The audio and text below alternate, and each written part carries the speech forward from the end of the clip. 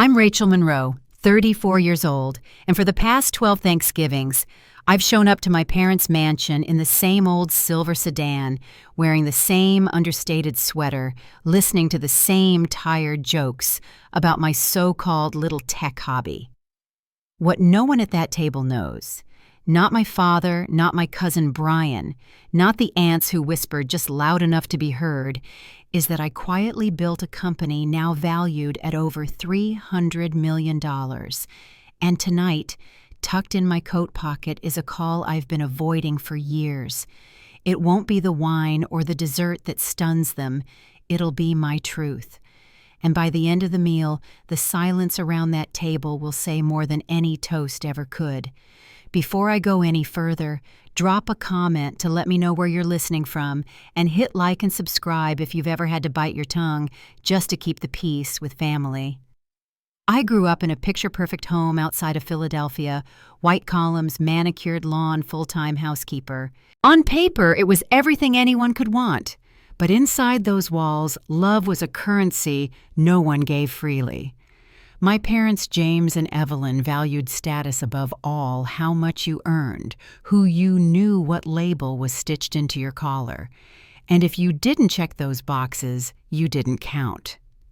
From the time I could reach the dinner table, conversations revolved around hedge funds mergers and who had just upgraded their kitchen countertops. My father would come home from the office in his tailored suits, pouring a scotch before even acknowledging I was there. My mother ran charity events like she was campaigning for a crown, but never once showed up to a parent-teacher conference. In our house, achievement had a very narrow definition, and kindness didn't make the list. When I was 13, I joined an after-school computer club on a teacher's suggestion. I still remember the first time I got a simple program to work, just a calculator app, nothing fancy. But to me, it felt like magic. It was a space where results mattered more than looks or last names. By my junior year of high school, I was building websites for local shops in the neighborhood, while my parents tried to nudge me toward law school and country club mixers. The tension grew sharper when I got into Carnegie Mellon on a full ride for computer science. My dad barely looked up from his newspaper. "That's not real business," he said. "You'll change your mind when the loans kick in." But I didn't have loans. I had grit. I moved into a tiny dorm with just a laptop and an idea. That idea became Monarch Digital, a platform to help small businesses compete online. I built the first version myself between classes and ramen dinners. When an investor finally saw what I was creating, we started with 20 clients. 6 months later, we had 500. By graduation, Monarch had gone national. But I never changed my habits. I still lived in a modest 2-story house outside the city. I still drove the same Toyota. I didn't wear anything with a visible logo. I wasn't hiding, I was choosing. Because I'd seen what money did to relationships. I wanted people to see me, not the number on my balance sheet. Only a few people ever knew. My assistant, Julie, who started with me as an intern and grew into my right hand. A couple close friends. And lately, Sam, a high school science teacher, I met at a community event. He doesn't know the size of the company. He just knows I love building things that matter. As I got dressed for this year's Thanksgiving, I kept it simple, dark jeans, a soft sweater, flats. I didn't want to stand out. I didn't want a fight. I just wanted to get through the evening without feeling 16 again. But the moment I pulled onto my parents' street, lined with black sedans and sparkling driveways, my stomach turned. Every house seemed to size me up. I parked behind Brian's Porsche, handed my keys to the valet, and took a breath. The front door opened before I knocked. My mother stood there in a dress that probably cost more than my monthly mortgage. Her smile polished, her tone cool. "Rachel, there you are. Everyone's already here." And just like that, I stepped into the house where success still wore cufflinks and where I still had something to prove. The hallway smelled like rosemary and lemon polish, just like it always did. Crystal sconces glowed along the walls, casting soft light on a space that had never felt especially warm. I followed the hum of voices into the living room heels, clicking lightly across the marble tile. A glance around told me everything I needed to know. Dad was leaned back in one of the leather armchairs holding court with Uncle Dean and their usual glass of scotch between them. They didn't look up. On the opposite couch, Melissa adjusted her diamond bracelet and gave me that sharp smile she always used when she was about to say something she thought was clever. "Rachel," she said, raising her voice just enough for everyone nearby to hear, "that's the same sweater you wore last Christmas, isn't it?" "It is," I said steady. "Still holding up? Great." "Very practical," she said, like it was a diagnosis. Before I could move further into the room, Aunt Dana floated over with a half-full wine glass and a once-over that started at my shoes and ended at my forehead. "You've filled out a bit, haven't you, dear? But I think it suits you. You were looking so drawn last time." "I've been prioritizing my health," I said, smiling politely. "Feels good." She sipped her wine. "And how's that little computer venture still running it is?" Uncle Dean joined, then clapping my shoulder with a weight I had to lean into. "I was just telling your dad about my buddy's son, landed a spotted apple straight out of Stanford. Over 200 grand starting. You should talk to him. Might have some advice for you, figure out next steps." I nodded, familiar with the rhythm. "Offer help?" I didn't ask for, make it sound like a favor. "Thanks for the suggestion." The seating arrangement in the dining room hadn't changed since last year. My name card was sandwiched between Brian's and one of Mom's friends I hadn't seen since the last holiday. Brian slid into his seat with a wide grin. "You still driving that Corolla?" he asked as I sat down. "I didn't think those things lasted more than 10 years. 12 and counting," I said. "Still does exactly what I need." Across the table, my mother laughed lightly. "Rachel's just being responsible while she finds her path." Dad chimed in from the head of the table. "Not everyone takes the fast lane to success. Some people just take longer to figure it out." I kept my eyes on my water glass. From the corner of the room, Grandma June was watching. She gave me a slow, knowing nod, the kind only she could pull off without making a scene. After the first course, I excused myself to the restroom. I didn't need to go, I just needed a minute. I leaned against the marble counter, took out my phone, and texted Julie. "Same show, new wine." She replied almost instantly. "You could buy and sell the whole guest list. Want me to call with an emergency?" I smiled, then straightened up and walked back out. The dining room was dressed like a magazine spread chandelier, china linen napkins folded into perfect shapes. Everyone was seated by the time I got back. I caught Dad just as he finished announcing the purchase of a 60-foot yacht for the summer. Applause all around. Then the attention turned. "So, Rachel," Dad said, pausing just long enough to feel deliberate, "anything new on your end?" I opened my mouth, but Brian beat me to it. "Still doing those website things." I took a small sip of water. "We've expanded quite a bit this year. Over 10,000 small businesses nationwide." "Oh," Mom clapped lightly. "But speaking of big news, Melissa showed them the ring again." Melissa held out her hand, and the conversation pivoted. A 3-carat diamond sparkled under the chandelier. "Custom setting," she said. "Kenneth really understands what quality looks like." Well, speaking of what people deserve, Aunt Dana turned her focus back on me. "Rachel, any plans to settle down? 35's not far off." "I'm 34, I said softly. "Exactly," she smiled. "Time flies. We could introduce you to someone. William's firm just brought on a Harvard law grad family, money, good manners, you'd get along." "I'm seeing someone," I said. Mom perked up. "Really? What does he do?" "High school science teacher." There was a pause, one of those long ones where the silence says more than the words. "How noble," Mom said after a beat. "Someone has to educate the next generation," Melissa added, barely keeping a straight face. "Sam has a PhD in molecular biology," I said. "He chose teaching on purpose." Dad gave a low grunt. Well, nobility doesn't pay the mortgage. Before I could respond, I overheard Mom and Aunt Dana in the butler's pantry. Their voices carried through the doorway. Still in that stubborn phase, Mom said, "We've tried everything. She's still chasing this computer thing." "What a waste," Aunt Dana sighed. She was always so bright. I sat quietly as dessert arrived. The sugar and candlelight didn't soften the sting. I stirred my creme brulee and thought about all the times they'd done this, overlooked my degrees, dismissed my work, changed the subject when I shared good news. The science fair ribbon they tossed aside. The MIT graduation they left early. The product launch they skipped for a neighbor's cocktail party. Grandma June patted my hand gently. "I see you," she said under her breath. On my other side, Lily, just 16, leaned in. "I think what you do is cool," she said. "I'm taking coding next semester." "That's great," I said. "Call me anytime you want help." Uncle Henry caught my eye from across the table and raised his glass slightly in a quiet nod. He never said much at these gatherings, but when he did, it counted. I glanced around the table, the same patterns, the same script year after year.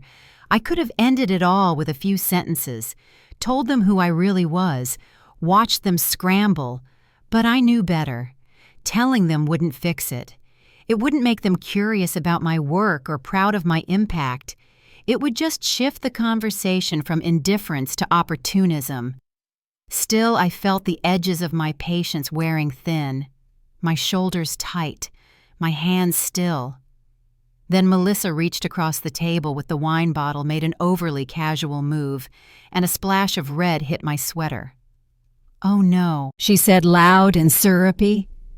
"Right on your what is that cotton blend?" Brian chuckled.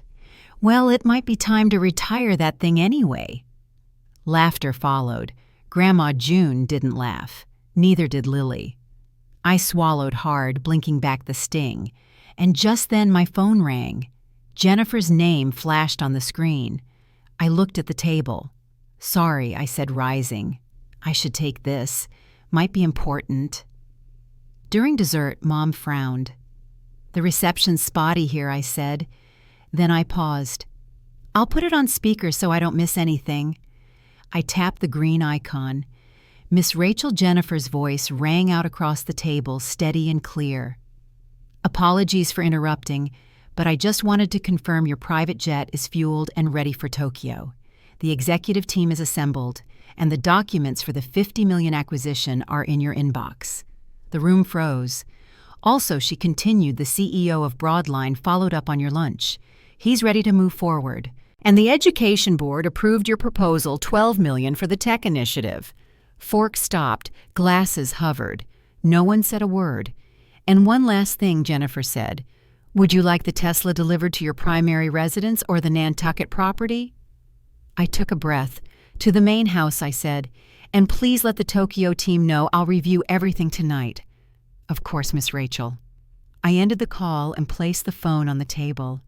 The silence that followed was complete. And finally, I looked around. No one moved. The silence after Jennifer's voice faded lingered in the air like perfume, thick and undeniable. Dessert sat untouched. Candlelight flickered over wide eyes and frozen smiles. I kept my hands folded in my lap, letting the quiet settle. I looked across the table at my father. His brow was tight, lips parted slightly, as if trying to decide whether to speak or swallow the words altogether. My mother's wine glass trembled just a little as she set it down. Melissa blinked several times, her mouth open but silent for once. I took a small breath. "I suppose I should clarify a few things," I said softly. "The company I run is called Monarch Digital.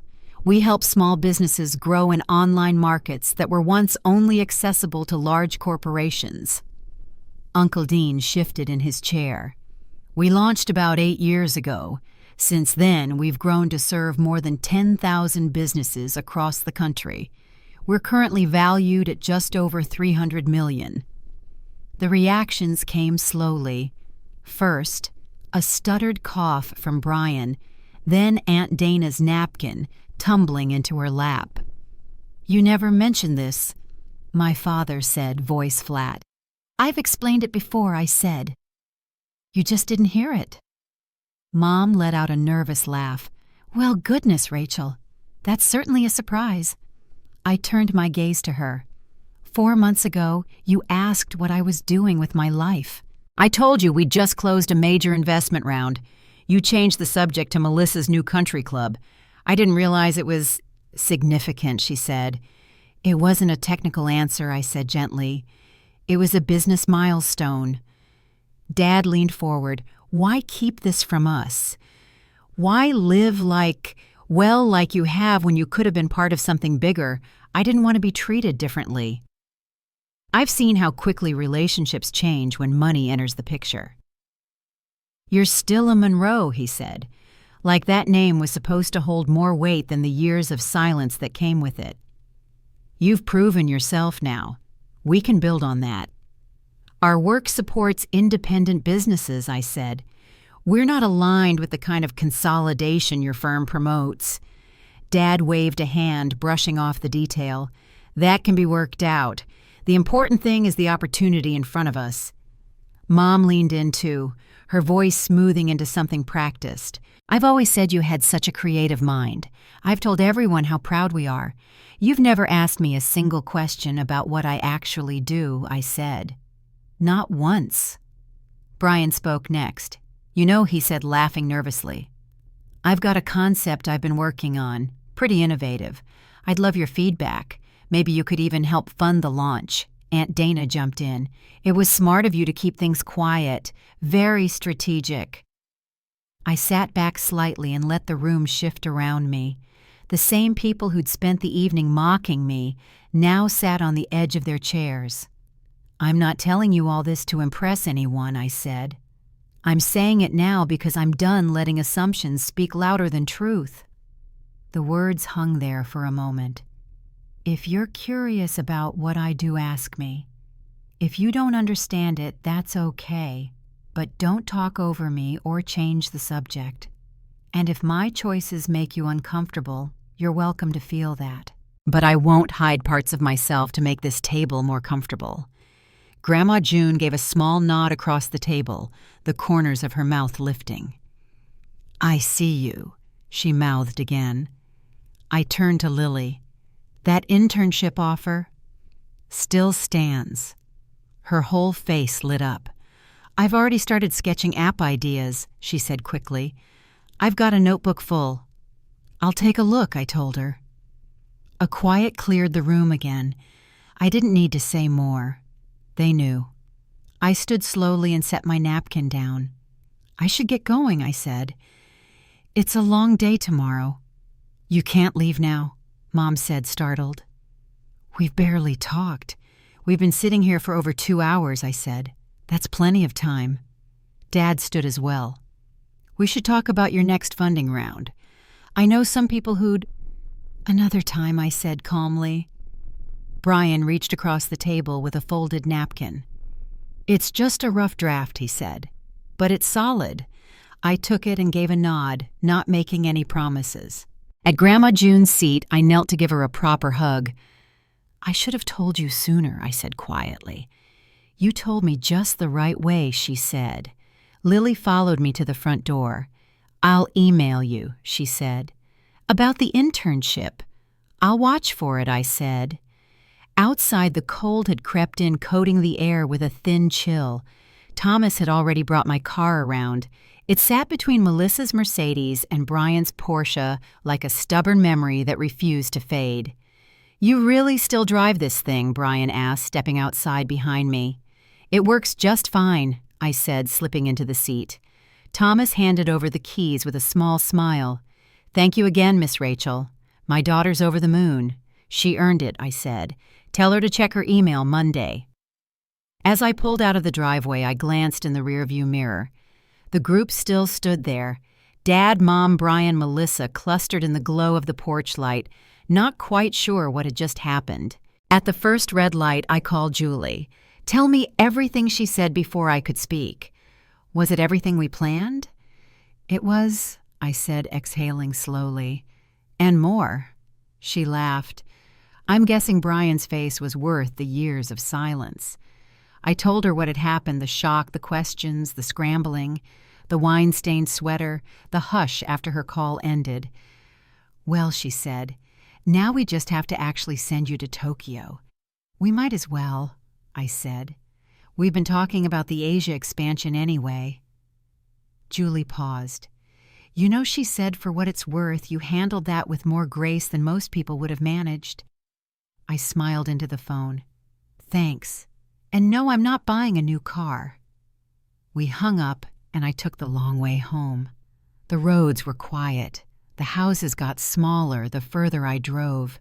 Streetlights blinked steadily through the windshield. By the time I stepped inside, the silence was comfortable, familiar. I made a cup of tea and sat by the window. The house was modest but warm. I'd chosen it not for what it showed, but for what it let me feel. I glanced at the framed photos on the shelf, hiking trips, shared meals, long weekends that had nothing to do with business. In the corner sat the worn canvas bag I'd carried through college, still holding notes from those early startup days. The layers of my life had stayed close, even when they weren't seen. I looked out the window at the darkened street. Some things had shifted tonight, and others I knew were only beginning to. The morning after Thanksgiving, I woke before the sun. I hadn't slept much, but I wasn't tired either. My body was still, but my mind kept moving. There was something about driving home in silence, headlights sweeping across empty roads, that made everything feel more real. No family voices, no clinking silverware, just me and the hum of old tires on pavement. I made coffee and stood by the back window watching the streetlights fade into the gray dawn. My house was quiet. The walls still held the calm I'd built into every corner, books on shelves, local art on the walls, nothing flashy. The kitchen table had a few receipts and a yellow notepad left from a team call earlier in the week. Normal, familiar. At 8:03, my phone buzzed. Sam. Morning. Just checking in. How was dinner? I typed back. Eventful. They know now. He replied almost right away. Whoa, how'd it go? Call you later. Definitely, I'm proud of you. I sat with that for a minute, just looking at the words. Then I opened my laptop and clicked into a folder I'd created months earlier, one I hadn't touched since.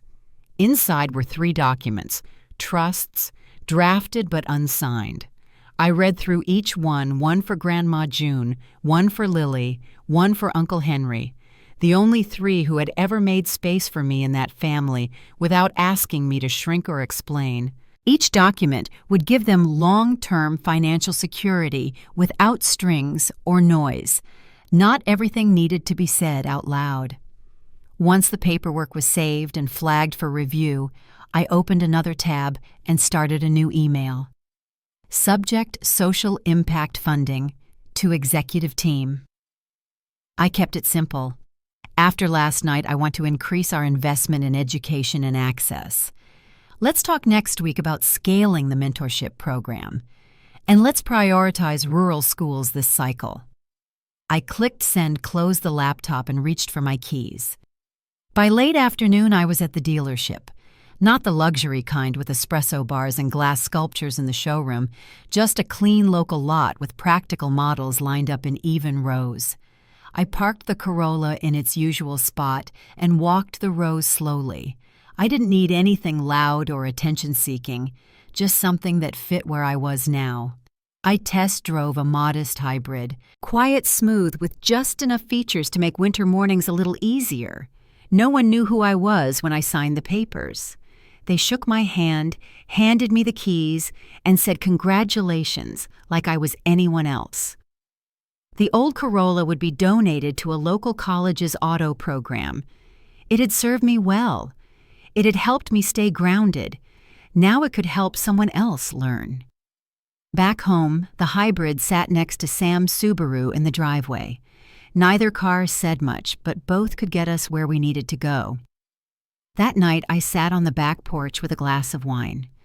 I thought about the version of me who once stood in front of the mirror, coaching herself through family holidays with a forced smile and layers of armor. She still existed, but her weight was lighter now. 6 months passed quietly but steadily. Tokyo had been productive expansion meetings, new hires long hours with legal teams. I stayed longer than planned, walked through neighborhoods alone, ordered dinner from quiet corner shops where no one asked what I did for work. By the time I flew back to the States, something in me had settled. I knew things wouldn't go back to how they were. The reveal had changed the tone with my parents. There were a few half-hearted calls, 2 invitations to lunch that never felt right to accept. They sent articles about successful tech founders. They mentioned friends who wanted to connect, but nothing about the work I actually did, nothing about me. Brian sent a LinkedIn message with a pitch deck attached.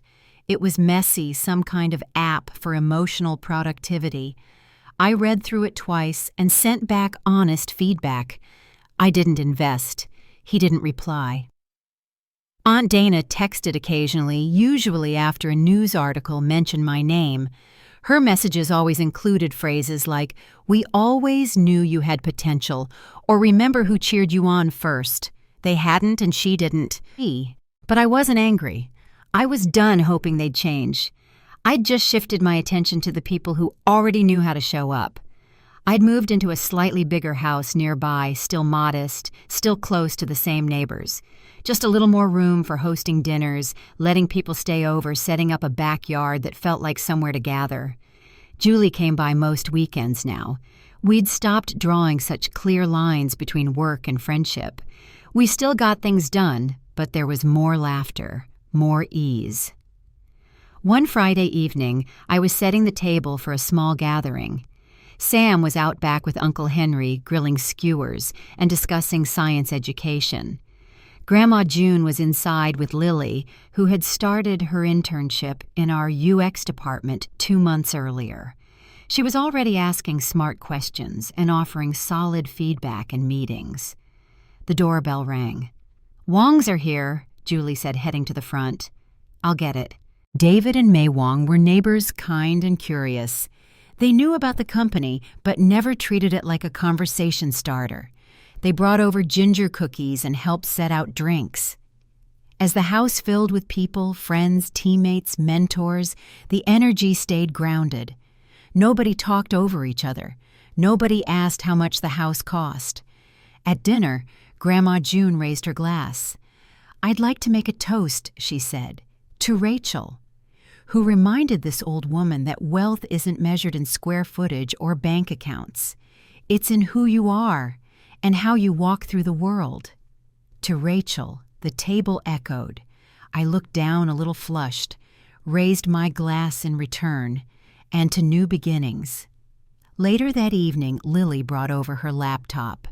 "Can I show you something?" "Of course," I said. "Pull up a chair." She opened a mock-up of an app. Clean layout, clear mission. I've been thinking about how to connect students with professionals in different fields. Not just tech nursing teaching anything. I scrolled through the prototype. "This is good," I said. "Really good. You think it could work? I think we should build it," I said. "With you leading the project." Her eyes widened. "You're serious? Completely?" The moment held quiet and full. Across the room, Sam caught my eye and smiled. He came into the kitchen as guests started to leave. "Your grandma's toast made me tear up," he said, wrapping an arm around my waist. "She's always known more than she says." He kissed my temple gently. "My parents are coming up next month," he said. "They want to meet you." "I'd like that." He hesitated. "They're simple. Dad worked a factory job until retirement. Mom was a nurse. Their Florida condo is their big splurge." "They sound lovely," I said. "They'll probably ask if you need help with your taxes." He laughed. "Or advice on car maintenance." "I'm ready for it," I said, "as long as they care about one thing." "What's that? Whether I make their son happy?" "You do," he said without a pause. more than I ever expected. After the last guest left and the dishwasher hummed in the background, I stepped outside with the last of the wine. The sky was full of stars, clear and still. Inside the house were stories, early wounds, long silences, hard-won growth. But here now was something else taking root, something that didn't need to be earned or proven. It just needed to be lived. The Saturday after the dinner, I drove out to the river trail near the edge of town. It was quiet this time of year, just a few families bundled in jackets walking slowly, leaves crunching underfoot. I walked without music, hands in my coat pockets, letting the chill pull the last of the holiday tension out of my shoulders. That night had settled something in me. The reveal, the silence that followed the scramble from my family to reposition themselves, all of it had passed like a wave. But what stayed was the stillness that followed. A kind of certainty I hadn't expected. I was done waiting for them to meet me where I was. That wasn't bitterness, it was clarity. On Monday morning, I met with Julie in the office before the team arrived. She slid a coffee across the table and raised an eyebrow. "You've been different since Thanksgiving," she said. I nodded. It's time to shift how we work, internally and out. She leaned back in her chair. "You thinking about transparency more than that? Integration. No more dividing the personal from the professional. I want the values to show in both." Julie pulled out her notebook. "You're thinking about outreach and hiring and mentorship and the way we measure growth."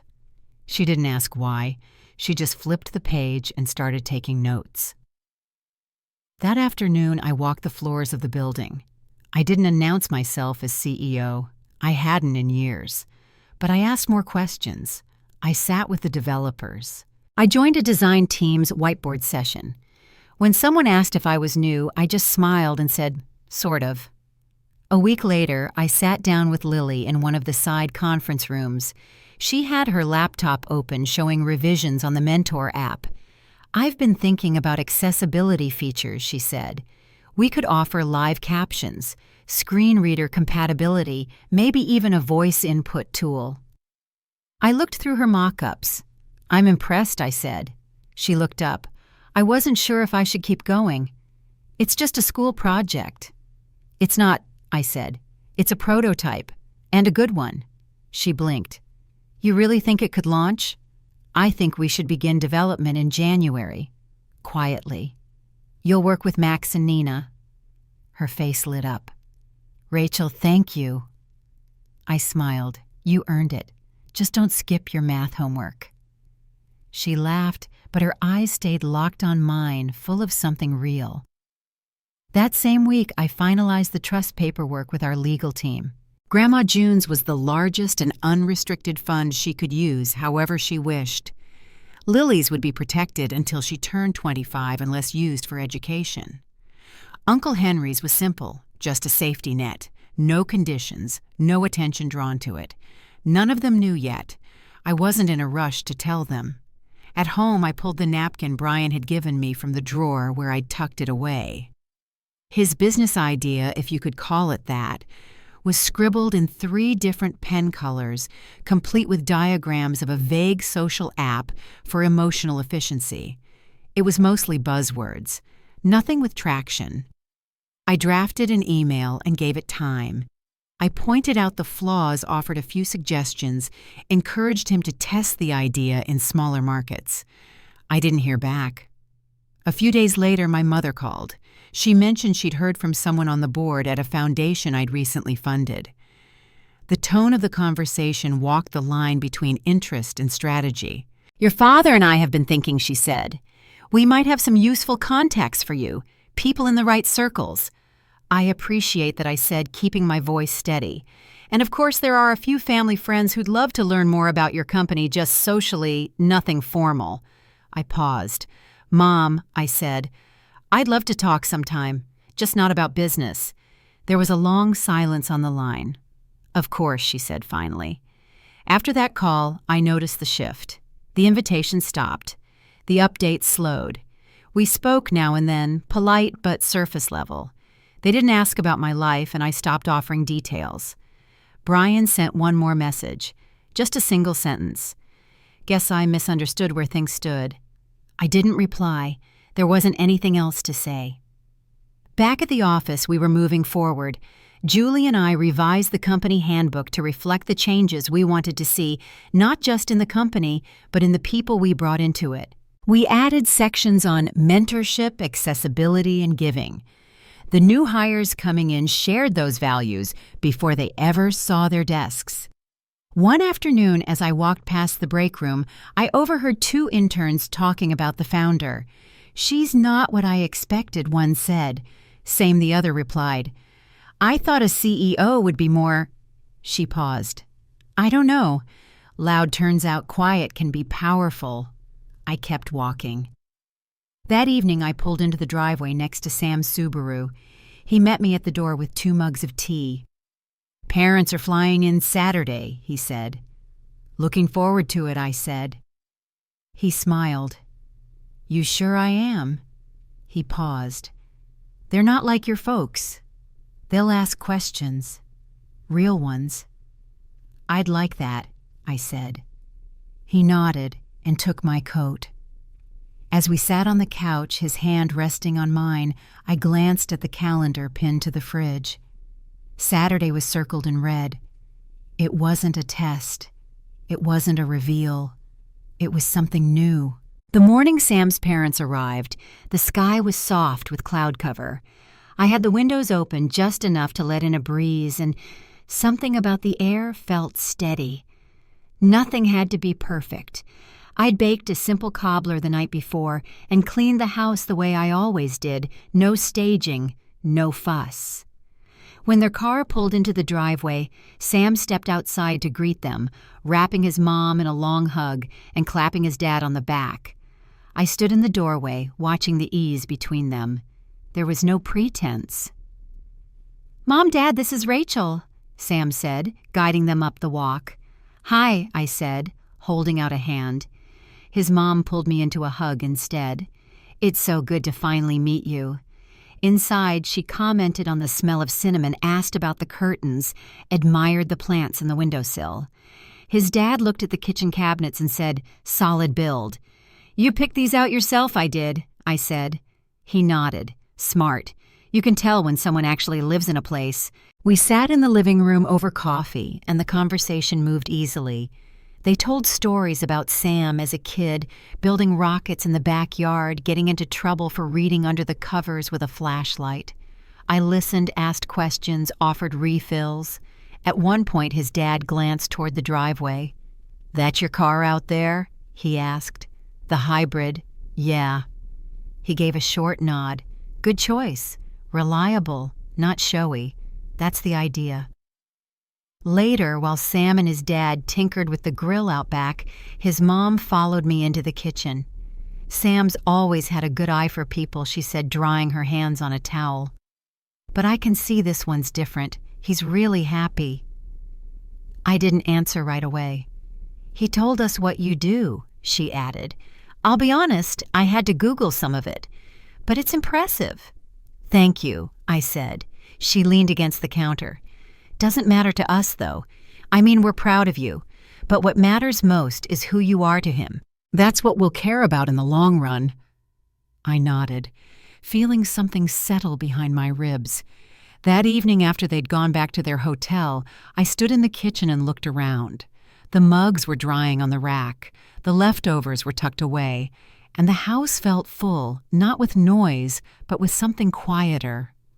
Over the next few weeks, I kept thinking about that visit, about how easy it had been, and how foreign that kind of ease used to feel. I started making time for things I'd always put off: small hikes, dinners with neighbors, Saturday mornings with no schedule, not because I needed a break from work, but because I wanted to feel more present in it. Fully myself, not split between identities. In therapy, I talked about the things I used to chase: recognition, approval, a seat at a table that never had a place for me. I'd spent so many years trying to prove my value in rooms where no one was really listening. I think I thought if I could just succeed hard enough, I said they'd finally see me. My therapist nodded. And what if they don't? I'm learning how to be okay with that. Some patterns took time to untangle. Family calls still happened occasionally. They were careful now, measured polite. My mother asked once if I was seeing anyone. Yes, I said. That's nice, she replied. Is it serious? I think so. There was a pause. Well, she said, I'm glad you're finding your way. I thanked her. Then we said goodbye. No one brought up the business again. At Monarch, Lily's project had officially entered development. She came into the office twice a week, working alongside the UX team and sitting in on weekly check-ins. She asked questions, offered thoughtful ideas, and took notes like she meant to use them. One afternoon, I found her in the break room staring at her laptop screen. You okay? I asked. She looked up. It's just hard to believe this is real. I sat beside her. You're doing the work. That's what makes it real. She turned the screen toward me. The app was coming together clean, designed solid feature space for real connection. I was thinking, she said, what if we added a video library short clips from mentors sharing how they got started? Let's try it, I said. Start with 3. She smiled. You'd be the first one if you want me to. I do. I looked around the room, quiet sun pouring in through the high windows. It didn't look like much from the outside. But inside, there was movement.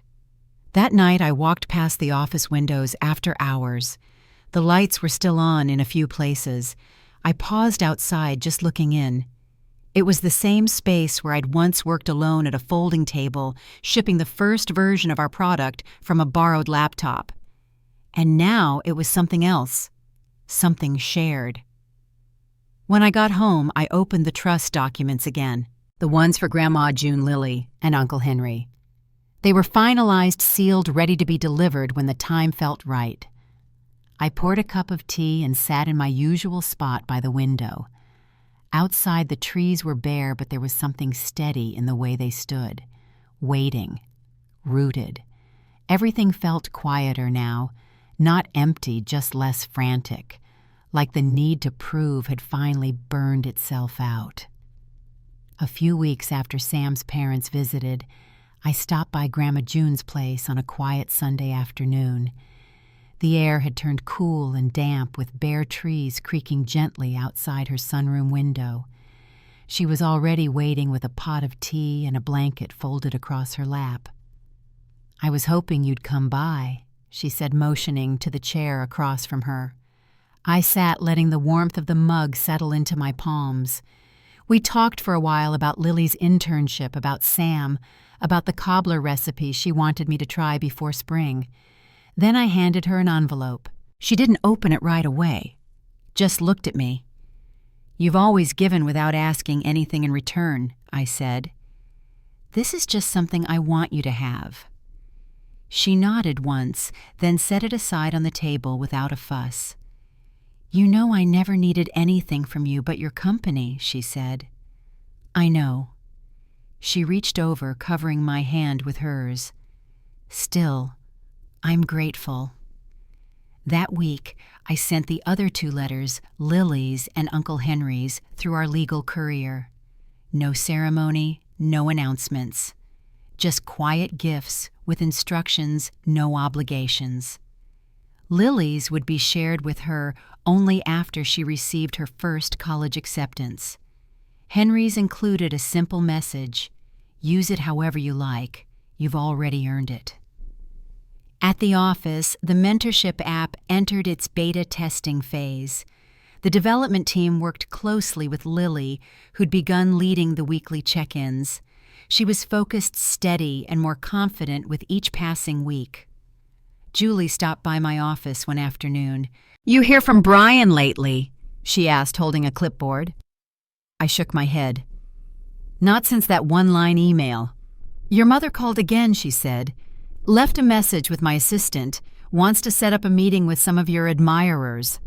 Her word. I sighed. Don't schedule anything. Julie tapped the clipboard lightly. It's been a long road, hasn't it? I glanced at the framed photo on my shelf, me and the early team sitting on mismatched chairs in a tiny basement office. It has. Later that evening, I ran into David Wong while walking through the neighborhood. He waved from his front yard, where he was wrapping string lights around a small spruce. "You coming to the block dinner next weekend?" he asked. "I'll be there. I'm bringing cornbread." His smile widened. "You know that'll make you everyone's favorite." I walked the rest of the way home, feeling something I hadn't felt often growing up: belonging. Saturday came with a light drizzle and a quiet house. I spent the morning baking, then sat with Sam on the porch while the bread cooled inside. He was reading a worn paperback, one leg crossed over the other, a mug resting on the arm of his chair. "They reached out again, didn't they?" he asked without looking up. I nodded, through Julie this time. What did they want? Connections, introductions, some form of involvement. He closed the book and looked over at me. "You going to give it to them?" "No." We sat in the silence for a bit. Then he reached out and took my hand. "You're not the same person you were last year." "I know," I said. "Neither is the life I want to live." Back inside, I checked my inbox. There was an email from Uncle Henry, short and handwritten as always. "Rachel, I got the packet. I'm not sure what to say. Thank you doesn't feel like enough, but thank you anyway. And for what it's worth, you've always had my respect. I'm proud of you. H." There was another email from Lily's guidance counselor, someone I'd never met. She thanked me for my involvement, said Lily had become a quiet role model for other girls in the tech club. "She speaks highly of you," the note read. "But even more than that, she carries herself differently now. She's starting to believe what she's capable of." I closed the laptop gently. That evening, Sam came in with 2 bowls of soup and set them on the table. "I was thinking," he said, sitting down, "we should visit my parents again this spring. Maybe bring them out here for a weekend. I'd like that." He hesitated, then added, "They were wondering if we'd considered, the future." I smiled. "We're already building it." That night, after he'd gone home, I stood by the window and looked out over the street. Porch lights flickered on one by one. Somewhere nearby, wind chimes tapped softly in the breeze. Everything in my life had changed since that Thanksgiving dinner, but not in the ways my family had predicted. They thought the change would be external wealth connections appearance. But the biggest shift had been internal. I no longer needed their permission to be proud of myself. I no longer needed to be invited in. And with every step I took on my own terms, the distance between us felt less like a wound and more like a boundary, a necessary one. The following morning, I woke to sunlight warming the edge of the quilt. It was one of those rare winter days when the light felt soft and forgiving and the house was completely still. I moved slowly through the kitchen, pouring coffee, letting the quiet stretch. There was no urgency, no meeting to prep for, no mask to wear, just a peaceful kind of stillness I hadn't known growing up. I spent the day sorting through old boxes in the hall closet, not because I had to, but because I wanted to see what I'd kept. There were old notebooks from college photos from Monarch's early years, a handwritten note from my first investor still folded neatly in the envelope. At the very bottom was a yellowing flyer from a high school coding club tucked between pages of a school planner. I ran my fingers along the creased paper and smiled. That had been the start, not of the company or the money, but of the part of me that saw possibility where others saw limits. Later that evening, Lily stopped by after school. She stood in the doorway holding a box of takeout and a bright grin. "Felt like noodles," she said, stepping inside without waiting for an answer. We sat at the kitchen table, eating from cartons, her laptop open between us. "The first batch of students signed up today," she said, scrolling through the dashboard. 36 in the first hour. She turned the screen toward me. "They're already messaging mentors." I nodded, watching the numbers tick upward. "You built something important," I said, And you did it with heart." She paused, then glanced at me. "I wouldn't have tried if you hadn't believed in me. You did the work I said. I just made sure you had a place to start." She left an hour later, promising to send a revised layout by morning. I watched her walk down the front steps, confident and focused, already talking into her phone like someone with vision. Once the house was quiet again, I poured a cup of tea and carried it to the window seat. The street outside was calm, porch lights flickering on one by one. The same neighborhood, but not the same life. My phone buzzed with a message from Sam. Just 4 words, "Thinking of you. Always." I smiled, setting it aside. Looking back, I used to think justice had to come with thunder, some grand reversal, some dramatic moment when everything wrong was made right. But now, I understand it differently. Sometimes justice is the quiet choice to keep showing up, to keep building even when no one sees it, to be kind when it's not returned, to live your values without asking for applause. I'll never fully know why my parents couldn't see me, and maybe that's not mine to fix. What I do know is this: I no longer carry the weight of needing their approval. I have a life I built with care. I have people beside me who see me clearly, and that's more than enough. Thank you for sharing this time with me. If this story spoke to something in your own heart, I'd love to hear it. Feel free to leave a comment, or just take a moment to reflect on the people who've seen you, really seen you for who you are. And if no one has told you lately, you don't have to prove your worth to anyone. You already have it, just by being here.